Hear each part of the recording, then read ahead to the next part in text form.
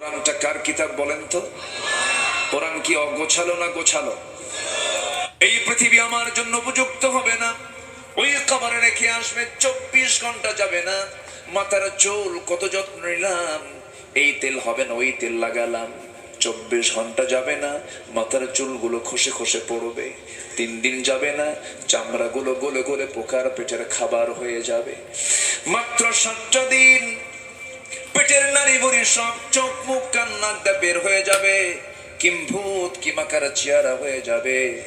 মাত্র 3টা মাস কবর যদি খনন করে দেখা হয়, কয়েকটা হাড় ছাড়া আর আমার কোনো অস্তিত্ব নাই। দিন শেষে বন্ধু কেউ না, দিন শেষে বন্ধু আমার কেবলমাত্র একমাত্র শুধুমাত্র কে? কে? আল্লাহ। কত রাজা, কত মহারাজা, কত পাওয়ার, সব তো একদিন চলে গেছে, যায় নাই? চলে গেছে না?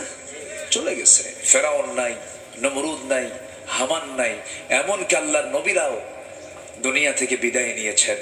আমিও বিদায় নেব, এতে কোনো সন্দেহ আছে? আসতে বলবেন সন্দেহ আছে? এই জন্য বন্ধু যদি পাকতেই হয়, বন্ধু যদি বানাতেই হয়, আমার বন্ধু বানানো উচিত। আমি যদি বিচক্ষণ হই, 1 নম্বর বন্ধু কে হওয়া দরকার? আসতে বলবেন না, কে হওয়া দরকার? আল্লাহ। আমার ভাইয়েরা, জীবন তো একটাই, সাজায় নেব, গোছায় নেব। সবচাইতে বড় সম্পদ হলো ইমান। আমার ইমানটাকে সুন্দর করে গোছায় নেব, কোনো কারো হক নষ্ট করব না, নিজের জীবনকে ধ্বংসের দিকে ঠেলে দেব না, মিথ্যা কথা বলবো না, পাপাচার করব না। আর যদি এই দুনিয়াতে চলতে হয়, কার নিয়মে চলবো? আসতে বলবেন না, কার নিয়মে চলবো? সূর্য কার নিয়মে চলে? চন্দ্র কার নিয়মে চলে? আকাশ কার নিয়মে চলে? সমুদ্রের ঢেউ কার নিয়মে চলে? নদীর পানি কার নিয়মে চলে? সমস্ত সৃষ্টি আল্লাহর নিয়মে চলে। আমাকে আল্লাহর নিয়মে চলতে হবে। আল্লাহ বলছেন, বান্দারে, আমাকে খুশি করার জন্য তুই যখন আজান শুনবি, আজান শোনার সঙ্গে সঙ্গে দেরি করবি না। তুই মসজিদের দিকে চলে আসবি, ওযু বানাবি, 2টা হাত ধৌত করবি, 2 হাতের সগীরা গুনাহগুলো মাফ করে দেব। মুখমণ্ডল ধৌত করবি, মুখের সগীরা গুনাহগুলো মাফ করে দেব।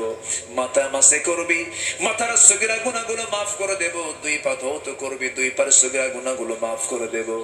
বান্দা, তুই মসজিদে আসবি, সেজদা দিবি, আমি তোর সমস্ত গুনাহগুলো মাফ করে দেব। আজকে বুকটা ফেটে যায়, মাত্র 5% মুসলমান বাংলাদেশে নামাজ পড়ে।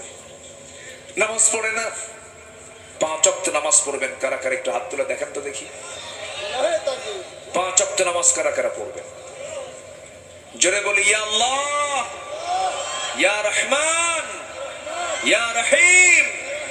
আমাদেরকে 5 ওয়াক্ত সালাত আদায় করার তৌফিক তুমি আল্লাহ দিয়ে দাও। জোরে বলি আমিন, আরো জোরে আমিন।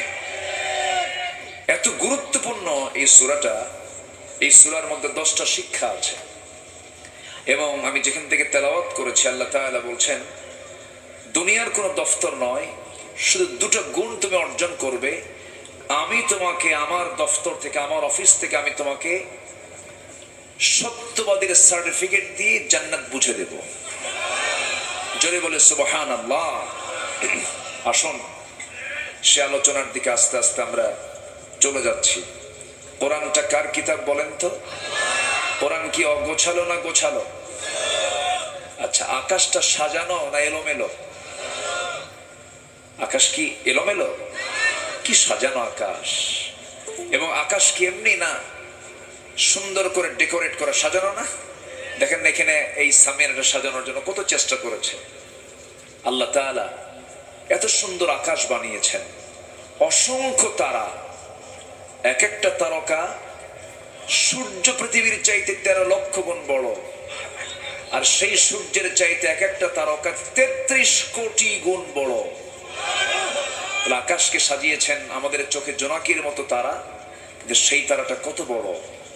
আকাশ সাজানো, জমিন সাজানো, যখন বিমানে চড়া হয়, নিচের দিকে যখন তাকানো হয়, কি সুন্দর আল্লাহর সৃষ্টির অপরূপ সৌন্দর্য। সমুদ্রের দিকে যখন তাকানো হয়, কি অপরূপ সৃষ্টি আল্লাহ তাআলা করেছেন, সব সাজানো। না এলোমেলো? সে আল্লাহ তাআলা কোরআনটা দিয়েছেন এলোমেলো না সাজানো? এর মধ্যে কোনো অপ্রাসঙ্গিক কিছু আছে?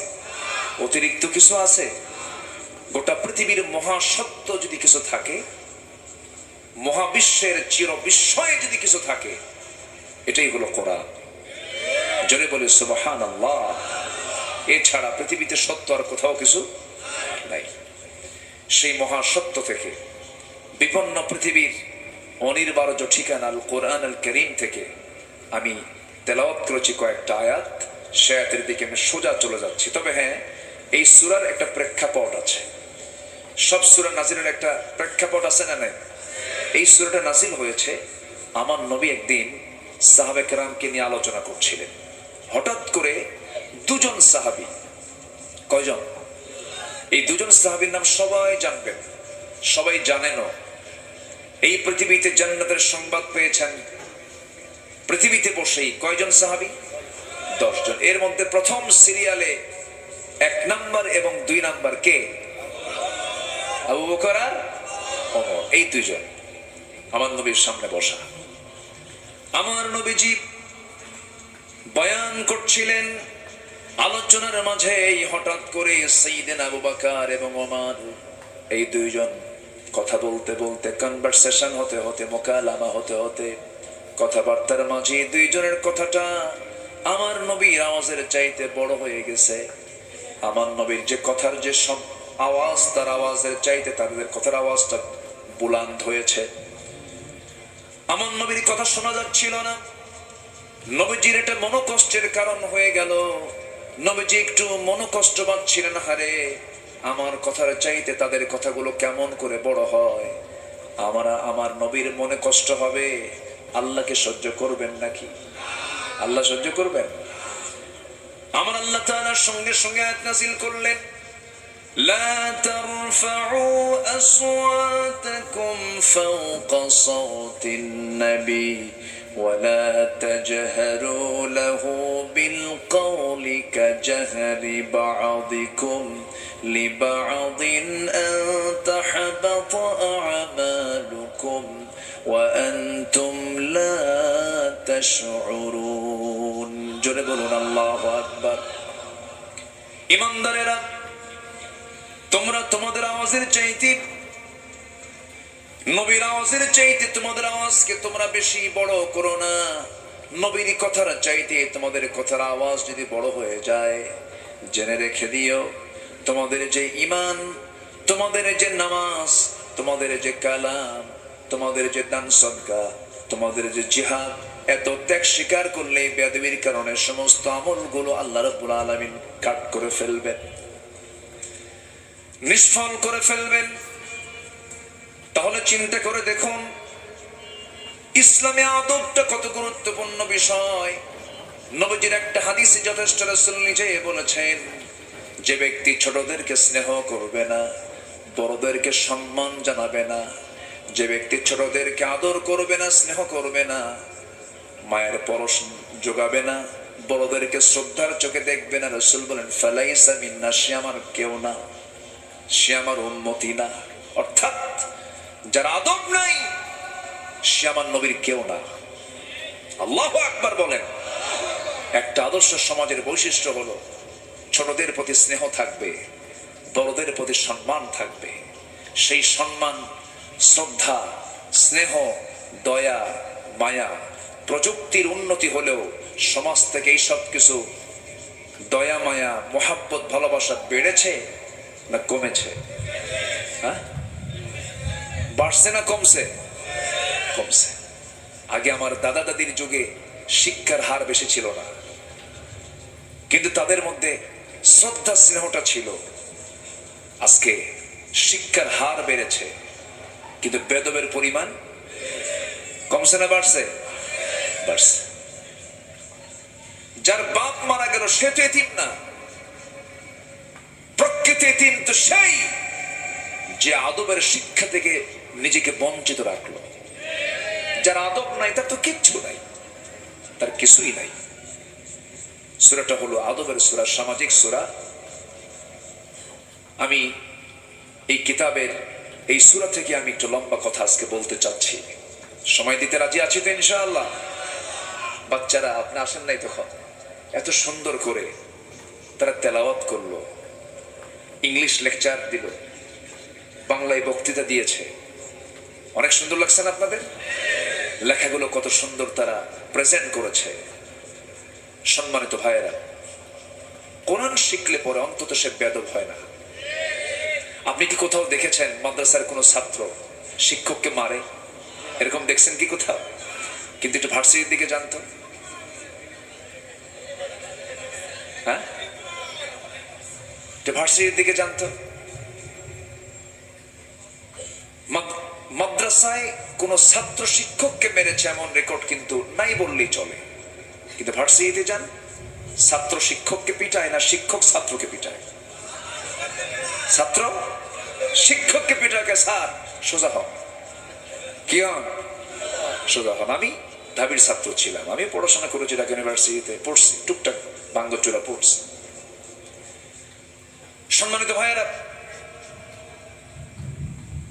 প্রকৃত শিক্ষা, প্রাণযুক্ত শিক্ষা, ওহির শিক্ষা, যেরকম সূর্যের আলো ছাড়া আমার উপায় নাই, অক্সিজেন ছাড়া আমার বাঁচার উপায় নাই। যেমন বাঁচার জন্য অক্সিজেন প্রয়োজন, আমার বাঁচার জন্য যেমন সূর্যের তাপ প্রয়োজন, আমার জীবনকে সুন্দরভাবে ঢেলে সাজানোর জন্য, দুনিয়াতে এবং আখিরাতে নাজাতের জন্য কোরআন তেমনই প্রয়োজন,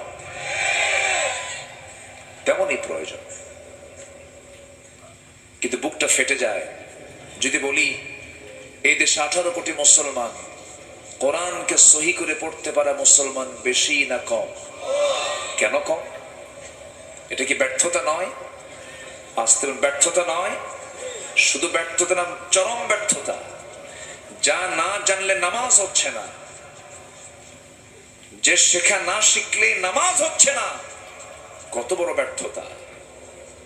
আমি মালয়েশিয়া গিয়েছিলাম এই সেপ্টেম্বরে, গত সেপ্টেম্বরে। ডক্টর আনোয়ার ইব্রাহিম, মালয়েশিয়ার এখন প্রেজেন্ট প্রধানমন্ত্রী, এক সময় তাকে সমকামিতার অভিযোগ দিয়ে 15-16 বছর জেল খাটিয়েছিলেন প্রাক্তন প্রধানমন্ত্রী ডক্টর মাহাথির মোহাম্মদ। ওনার আমলে দেখেন কে কখন কোথায় যায়। সেই মাহাথিরকে হারিয়ে আবার সেই আনোয়ার ইব্রাহিম এখন সে দেশের এখন প্রধানমন্ত্রী। আনোয়ার ইব্রাহিম উনি জুমার খুতবা দিচ্ছেন, একজন দেশের প্রধানমন্ত্রী কিন্তু জুমার খুতবা দিচ্ছেন, নামাজ পড়াচ্ছেন। আলহামদুলিল্লাহ বলে। আমি দেখলাম মালয়েশিয়াতে 60% মুসলমান, 60% মুসলমানই তারা, প্রত্যেক মুসলমান নামাজ পড়ানোর যোগ্যতা রাখে। এর কারণ কি জানেন? এর কারণ হলো তাদের সিলেবাসে ক্লাস 8 লেভেলে, 8ম শ্রেণীতে ওঠা মাত্রই প্রত্যেক শিক্ষার্থীর 4 থেকে 5 বার কোরআন মুখস্থ হয়ে যায়।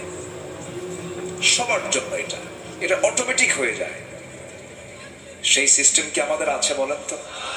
তাহলে বলেন, কোরআন কি আমাদের একার জন্য না সবার জন্য? শেখার দরকার আছে না নাই? আজকে 54 বছর, আজকে 53-54 বছর হয়ে গেল, কিন্তু আমরা তো পারলাম না, কই চেঞ্জ হতে পারলাম না। নামাজই তো সহি করতে পারছি না, আমরা কোরআনটাকে বুঝতে পারছি না। তা না করে অবশ্যই এটা চেঞ্জ করা হয়েছে, ধন্যবাদ জানাচ্ছি। ট্রান্সজেন্ডারকে কেন ঢুকানো হয় এগুলো? আসতে বলবেন না, জোরে বলেন ঠিক কিনা? আমার দেশে ইসলামের পক্ষের যেমন কিছু লোক আছে, ইসলামকে নির্মূল করার জন্য কিছু নাস্তিক চক্র আছে না নাই? আছে। সে আমার ভাই হোক আর সে আমার বাপ হোক, আমার আল্লাহকে, আমার রাসূলকে নিয়ে কোনো কথা বললে, আমার আল্লাহর কালামের বিপরীতে চলে যায় এমন কোন কথা বললে, এমন কোন আচরণ করলে, বাপ হলেও ছাড়বো না, ঠিক কিনা? কারণ দিন শেষে আমার কেউ আপন না। একটু চোখ বন্ধ করবেন, দিন শেষে আমার কেউ কি বন্ধু? আমার বন্ধুকে আসতে বলবেন না, কে? ধরুন আব্দুল্লাহ আমিন এখন এখানে আর নাই, হতে পারে দমপুরে যেতে পারে না, আমার মেয়র ভাই নাই, চলে গেলেন উনি। আপনি কি করতে পারবেন বলেন? কি করবেন আপনি বলেন? কিচ্ছু করার নাই। শুধু আপনি দেখবেন, হয়তো চোখের পানি ফেলবেন, হারে কথা বলতে বলতে মারা গেল। হয়তো বড় জোর এখান থেকে একটা ফোন যাবে, স্বাস্থ্য কমপ্লেক্সকে ফোন দেবে, একটা অ্যাম্বুলেন্স চলে আসবে, অ্যাম্বুলেন্সে করে লাশটা তুলে দিয়ে বলবে যাও নিয়ে যাও তার বাড়ি পর্যন্ত। আমার এমন দাম, মরে গেলাম, কষ্ট করে যে বাড়ি বানিয়েছিলাম সে বাড়ির মধ্যে ঢোকার কোনো আর কায়দা নাই, বারান্দাও জায়গা হবে না। আমাকে করবে কি? আমার বাড়ির উঠানের একটা কোনায় নিয়া যতটুকুন সেলাইওয়ালা একটু সুন্দর জামা কাপড় চোপড় গুলো ছিল, খোলার তো কোনো কায়দা নেই, কেচি দিয়ে কেটে ফেলবে। কেচি দিয়ে কেটে ফেলে দিয়া আমার মাথায় বাঁধন, পায়ে বাঁধন দিয়ে দেবে, এমন জামা কাপড় পরায় দেবে যার সেলাই নাই, বুতাম নাই, পকেট নাই, কিচ্ছু নাই। নাম ছিল মেয়র, নাম ছিল মাওলানা, নাম ছিল সংসদ সদস্য, নাম ছিল প্রেসিডেন্ট, নাম ছিল মন্ত্রী, সব নাম বন্ধ হয়ে যাবে। এমনকি সন্তান পর্যন্ত বলবে লাশটাকে দাফন দিয়ে দাও, আমার নাম হয়ে যাবে লাশ, আমার নাম চার কেউ বলবে না রে। টেনে হেঁচড়ে জানাজার প্রান্তরে নিয়ে যাবি, জানাজা শেষ হয়ে যাবি, কবরের দিকে নিয়ে চলে যাবে, কবরে শোয়া দেবে, বাঁশ চাপা দেবে, মাটি চাপা দেবে। সকালে মরবো দুপুর বেলা, দুপুরে মরবো সন্ধ্যা বেলা, সন্ধ্যায় মরবো রাত 12টার মধ্যে, তাড়াতাড়ি বিদায় দিয়ে দেবে। কিন্তু লাশটা বিদায় দিতে দেরি করলে যে সন্তান আমাকে এত ভালোবাসে, সন্তানটা পর্যন্ত বলবে দেরি করো না, লাশটা পচে যাবে, ফুলে যাবে, গলে যাবে, তাড়াতাড়ি দাফন করো, এই পৃথিবী আমার জন্য উপযুক্ত হবে না। ওই কবরে রেখে আসবে, 24 ঘন্টা যাবে না। মাথার চুল কত যত্ন নিলাম, এই তেল হবে না ওই তেল লাগালাম, 24 ঘন্টা যাবে না, মাথার চুলগুলো খসে খসে পড়বে। 3 দিন যাবে না, চামড়াগুলো গলে গলে পোকার পেটের খাবার হয়ে যাবে। মাত্র 7টা দিন পেটের নারী বুড়ি সব চোখ মুখ কান নাক দিয়ে বের হয়ে যাবে, কিম্ভূত কিমাকার চেহারা হয়ে যাবে। মাত্র 3টা মাস কবর যদি খনন করে দেখা হয়, কয়েকটা হাড় ছাড়া আর আমার কোনো অস্তিত্ব নাই। দিন শেষে বন্ধু কেউ না, দিন শেষে বন্ধু আমার কেবলমাত্র একমাত্র শুধুমাত্র কে? কে? আল্লাহ। কত রাজা, কত মহারাজা, কত পাওয়ার, সব তো একদিন চলে গেছে, যায় নাই? চলে গেছে না? চলে গেছে। ফেরাউন নাই, নমরুদ নাই, হামান নাই, এমনকি আল্লাহর নবীরাও দুনিয়া থেকে বিদায় নিয়েছেন, আমিও বিদায় নেব। এতে কোনো সন্দেহ আছে? আসতে বলবেন সন্দেহ আছে? এই জন্য বন্ধু যদি পাকতেই হয়, বন্ধু যদি বানাতেই হয়, আমার বন্ধু বানানো উচিত। আমি যদি বিচক্ষণ হই, 1 নম্বর বন্ধু কে হওয়া দরকার? আসতে বলবেন না, কে হওয়া দরকার? আল্লাহ। আল্লাহর কাছেই তো চলে যাব আমরা। সেই আল্লাহর সঙ্গে বন্ধুত্ব তৈরি করতে হলে যে কিতাবের সঙ্গে সম্পর্ক রাখতে হবে বেশি, সেই কিতাবের নাম কি? কোরআন। কোরআন হচ্ছে চিঠি। কোরআনটা কি? চিঠি। আল্লাহ তাআলা আমাকে দিয়েছেন, বুঝে শুনে দেখব, উত্তর রেডি করব, কবরে যাব, আল্লাহর কাছে জবাব দেব, জান্নাত বুঝে নেব। যেরকম সুবহানাল্লাহ, যেরকম সুবহানাল্লাহ। এটা হচ্ছে জান্নাতে যাওয়ার সিলেবাস। জান্নাতে যাওয়ার সিলেবাস, না জানার কোনো বিকল্প নাই, জানতে হবে। এটা আলেমদের জন্য শুধু নয়, সবার জন্য এটা। এই সিলেবাস কি শুধু আলেমদের জন্য না সবার জন্য? জান্নাত কি শুধু আলেমরা পাবে না সবাই পাবে? সবাই পেতে হবে। আমরা সবাই পেতে চাই। জোরে বলি ইনশাআল্লাহ। না পড়ে, না লিখে, না জেনে কি পাশ করা যায়? তবে জান্নাত পেতে হলে না জেনে, না বুঝে, না আমল করে কি জান্নাত পাওয়া যাবে? সস্তা হিসাব। আমল করব আমরা। জোরে বলি ইনশাআল্লাহ। সম্মানিত ভাইয়েরা, তাহলে আমরা শিষ্টাচার বহির্ভূত কোনো আচরণ করব না। আমরা দেখেন, আব্বা আম্মার ক্ষেত্রে সদাচার দরকার আছে না নাই বলেন তো? আজকে শিক্ষার হার বেড়েছে, কিন্তু বাপ মার সেবার হার বাড়ছে না কমছে? বলেন বলেন বলেন। তাহলে অবশ্যই এর মধ্যে কিছু ত্রুটি আছে না নাই? যে শিক্ষা, এর মধ্যে কিছু ত্রুটি আছে না নাই? কে বলেছে গুলশান, ধানমন্ডি, জুএইচএস, বাড়িধারার মানুষগুলো কে বলেছে তারা শান্তিতে আছে? কে বলেছে? হয়তো ভাবি তারা সেখানে খুব সুখে আছে। না, আমি ঢাকার একটা মসজিদের জুমার খুতবা মাঝে মাঝে দেই। অনেক সচিব পর্যায়ের, অনেক বিশেষ শ্রেণীর পর্যায়ের কিছু মুসল্লি এসে নামাজ পড়েন, বয়স্ক লোক এসে নামাজ পড়েন, চোখের পানি ফেলে ফেলে কান্দেন, হুজুর সন্তানটা আমার আমেরিকায় থাকে, ইউরোপে থাকে, আমরা বুড়া হয়ে গেছে, খেদমত করার কেউ নাই, সব ব্যস্ত। যে সন্তান বাবার বুড়াকালে বাবার খেদমত না করে ব্যস্ততা দেখায়, ওটা সুপুত্র নয়, ওটা কুপুত্র। কথা ক্লিয়ার? আমেরিকায় বুড়ো মানুষের দাম নাই, সেখানে বৃদ্ধাশ্রম গড়ে তুলেছে তারা। ইউরোপে বুড়ো মানুষের দাম নাই, কিন্তু ইসলাম এমন একটা দিনের নাম, সবচেয়ে বেশি দাম দিয়েছে বুড়ো মানুষকে। বুড়ো মানুষের সবচেয়ে দাম ইসলামে বেশি। কিন্তু আজকে কোন শিক্ষা পেলাম? অনেক সন্তান আছে বাপ মাকে বৃদ্ধাশ্রমে রেখে আসে, আছে না? আমি নিজের চোখে দেখেছি, গাজীপুরে কিছু বৃদ্ধাশ্রম গড়ে উঠেছে। এটা আমাদের জন্য লজ্জার কারণ। আল্লাহ তাআলা প্রত্যেক সন্তানকে তার বাপ মাকে দেখতে বলেছেন কোন বয়সে? বাবার, আচ্ছা বাপ মাকে দেখতে হবে বুড়া বয়স, আর বাপ মা দেখছে আমার কোন সময়? শিশু বয়স। আমি যখন বুড়া ছিলাম, কয় না বাচ্চাদের কি কয়, আদর করে কি বলে? বুড়া কয় নাই, বুড়ি বলে না? আমি যখন বুড়া ছিলাম তখন আমার বাপ মা ছিলেন ইয়াং। আমি বুড়ি, আমি শিশু, আমি বুড়া, আমি শিশু, আমাকে দেখেছেন। আমাকে কি দেখতে কোনো ফাঁকি দিয়েছেন? আমার মা ফাঁকি দিলে আমি বাঁচি, আমার মা যদি ফাঁকি দিতেন আমি বাঁচতাম। কিন্তু আমরা কি করি? আসতে কয় ফাঁকি দেই না? আচ্ছা বলেন তো, মা বড় না বউ বড়? চিন্তা করে কবেন, কিন্তু ভালো করে বলেন, মা বড় না বউ বড়? মাহফিলে মা বড়, বাড়িতে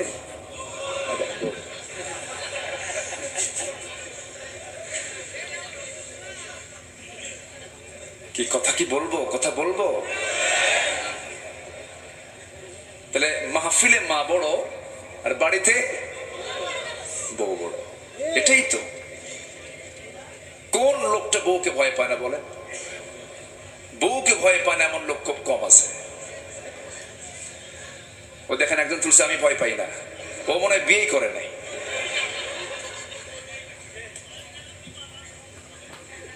বউ তো ফার্স্ট ক্লাস দারোগা, উপায় নাই। বউকে সাথে নিয়ে যদি আপনি রাস্তায় চলেন, আপনার 100% নিরাপদ, আপনার চোখের কোনো গুনাহ হবে না। বউকে সাথে নিয়ে চলবেন।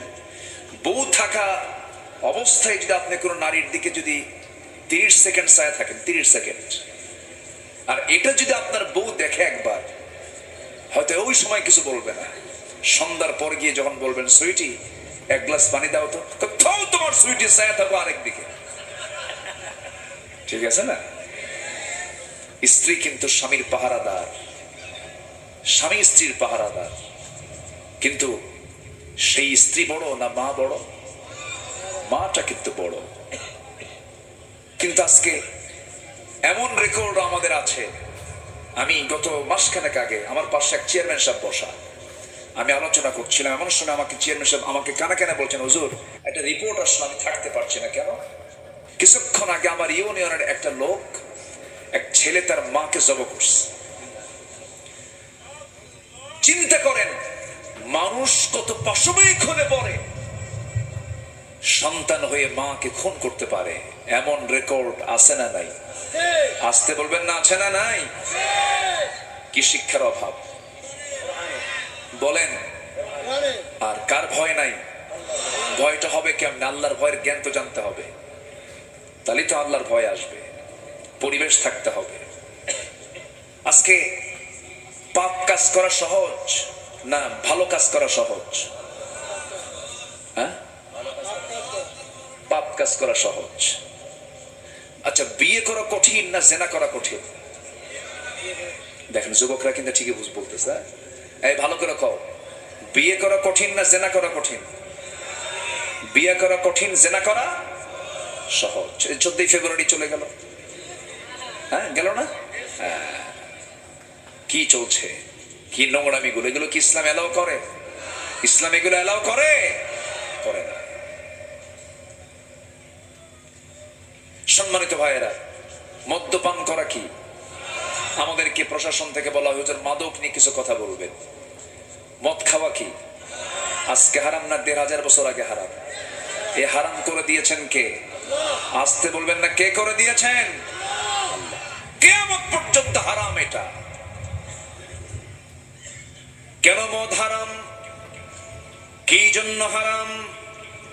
মদ্যপান করলে সে বেয়াদব হয়ে যায়, মদ্যপান করলে সে উগ্র হয়ে যায়, মদ্যপান করলে সে মাতাল হয়ে যায়, মদ্যপায়ী মানুষকে দিয়ে হত্যা করা খুব সহজ হয়ে যায়।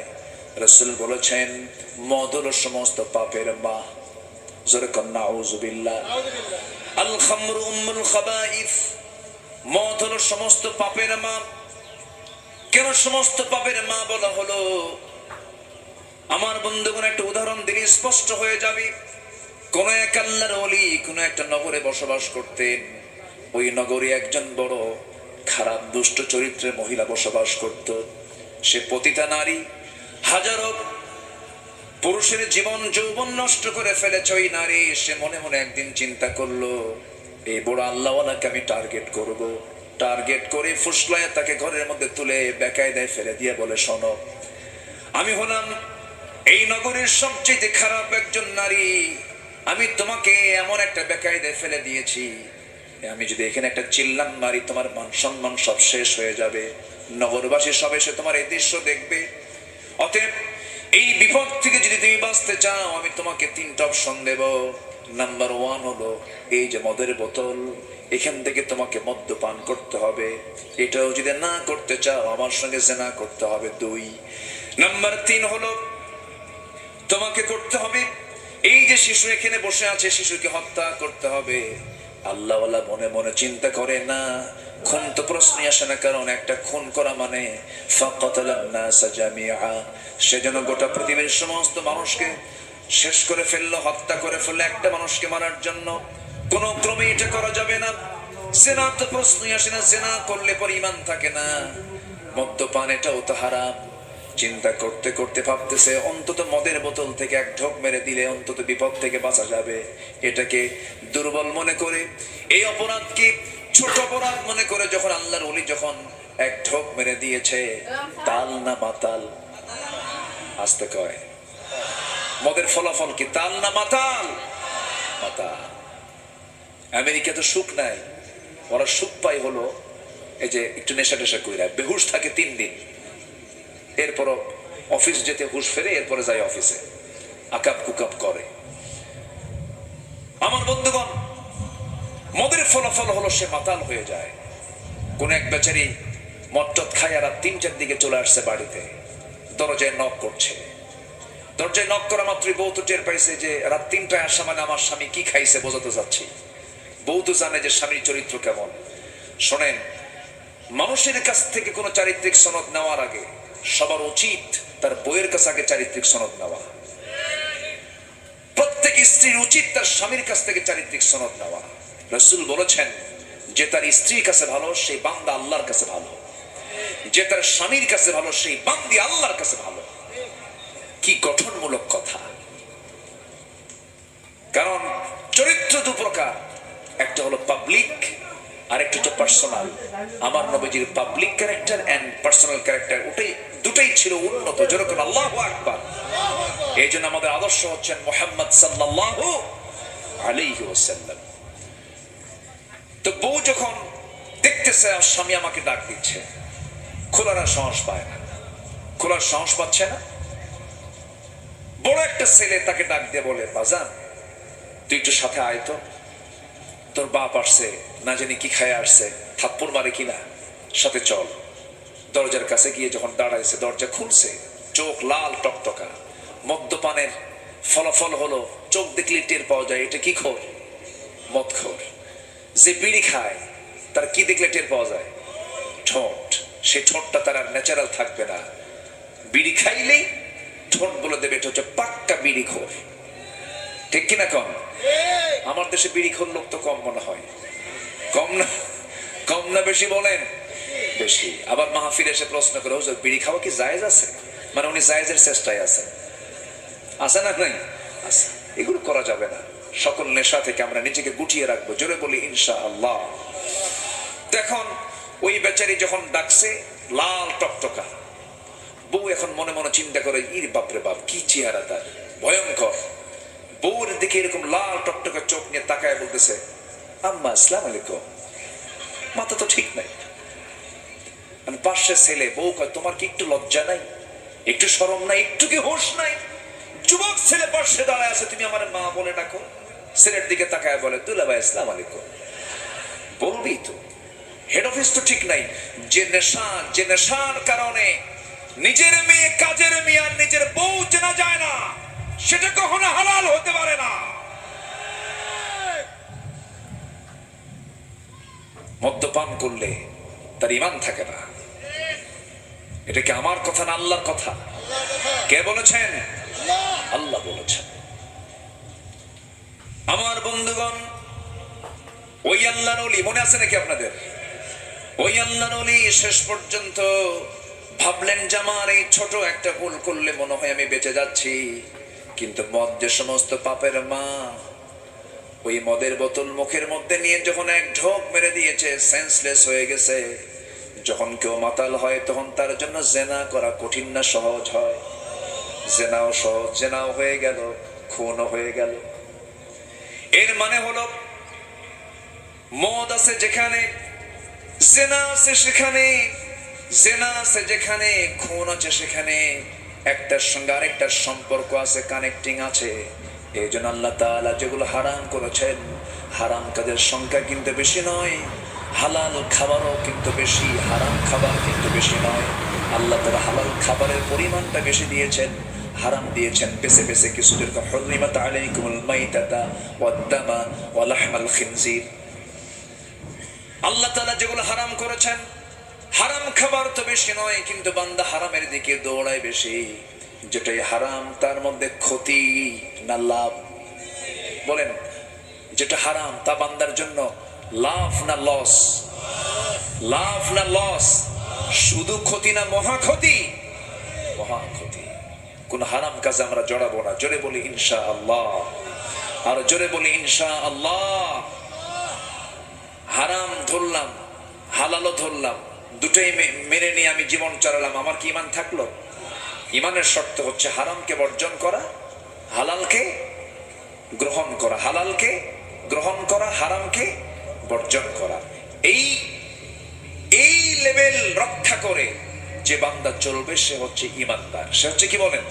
ঈমানদার। আল্লাহ তাআলা বলছেন, দুটো কাজ করো, আমি তোমাকে আমার দফতর থেকে সার্টিফিকেট দিয়ে আমি তোমাকে জান্নাত দেব। যেরকম সুবহানাল্লাহ। সূরাতুল হুজুরাত, সূরাতুল হুজুরাত। আল্লাহ রাব্বুল আলামিন বলেন, ইন্নামাল মুমিনুনা আল্লাযীনা আমানু বিল্লাহি ওয়া রাসূলিহি সুম্মা লাম ইয়ারতাবু ওয়া জাহাদু বিআমওয়ালিহিম ওয়া আনফুসিহিম ফি সাবিলিল্লাহ উলাইকা হুমুস সাদিকুন। জোরে বলুন আল্লাহু আকবার। আল্লাহ রাব্বুল আলামিন বলেন, প্রকৃত মুমিন তো তারাই যারা ঈমান আনবে আল্লাহর উপরে, ঈমান আনবে নবীর উপরে, ঈমান আনতে নিয়ে কোনো সন্দেহ করবে না, কোনো সংশয় করবে না। ঈমান আনতে হবে এক নাম্বার কার উপরে? বলেন, আসতে বলবেন না, কার উপরে? ঈমান আনা মানে আল্লাহর যে আইন কানুন গুলো আছে, সমস্ত আইন কানুনকে মেনে নেওয়া। একটা আইনকে আপনি যদি না মানেন, একটা আয়াতকে যদি না মানেন, ইভেন একটা হরফকেও যদি না মানেন কোরআনের, আমার ঈমান আছে না গেছে? ঈমান চলে গেছে। আমার দেশে এমন লোক আছে যারা বলে কোরআনে কারীমের এই বিধান আমি মানি না। কোন বিধান? চোর চুরি করলে হাত কেটে দাও। আল্লাহ রাব্বুল আলামিন কোরআনে এই বিধানটা দিয়েছেন, জেনাকার জেনা করলে পরে তাকে কতল করো। কার কথা? আসতে বলবেন না, কার কথা? আল্লাহর কথা। এই যে সুদের ব্যাপারে কথা বলেছেন, জেনার ব্যাপারে কথা বলেছেন, মদের ব্যাপারে কথা বলেছেন কোরআনে কারীমের ভিতরে, এই সমস্ত বিধানকে মানতে চায় না এমন কিছু বদমাইশ আমার দেশে আছে না নাই? আসতে বলবেন না, আছে না নাই? যারা মানবে না, কোরআনের কিছু অংশ মানবে, কিছু অংশ মানবে না, তাদের ঈমান আছে না গেছে? তাদের ঈমান কি থাকতে পারে? থাকতে পারে না। আমার বন্ধু